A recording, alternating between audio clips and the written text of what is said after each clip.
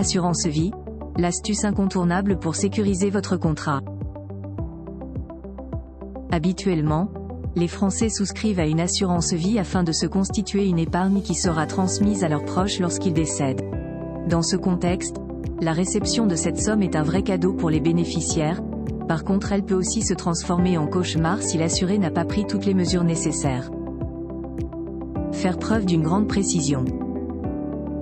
Dans le cadre d'une assurance vie, un contrat est rédigé et celui-ci renferme toutes les modalités concernant ce placement.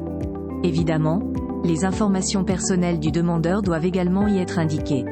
Cependant, certains organismes qui ne prennent pas la peine de bien mentionner les renseignements sur le ou les bénéficiaires. En cas de décès du signataire, l'établissement ne peut pas reconnaître les bénéficiaires qui devront percevoir le montant sur le produit. Dans ce cas, l'argent est tout simplement conservé auprès de l'organisme. Pour éviter d'en arriver là, il y a quelques mesures à adopter. Au moment de rédiger le contrat, le demandeur doit bien préciser les coordonnées du ou des attributaires de l'assurance. De cette manière, il sera plus facile de les identifier et de les contacter par la suite si le souscripteur venait à disparaître.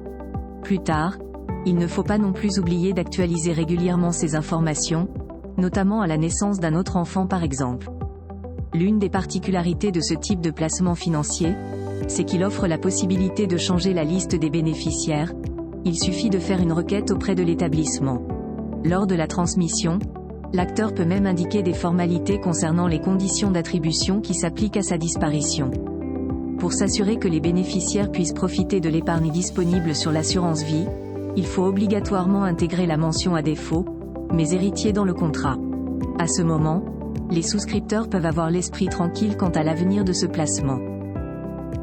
Assurance vie, bénéficier d'une fiscalité attractive lors de la succession.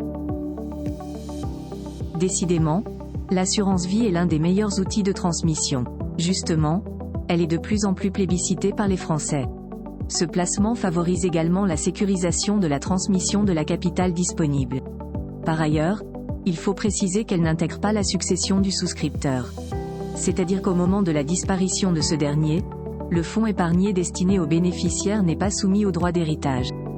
Ainsi, concernant les primes perçues avant que l'assuré atteigne 70 ans, un abattement de 152 500 € par attributaire est à prévoir dans le cas d'une succession. Lorsque ce montant est pris en compte, une taxation de 20% s'appliquera sur les capitaux avec un plafond de 700 000 €. Au-delà, il y a un prélèvement de 31,25% qui s'appliquera sur la somme.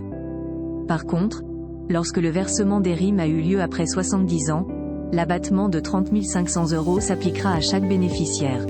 Si ce seuil est dépassé, le solde est ainsi soumis au droit de succession. Cependant, il existe une exonération sur les intérêts capitalisés.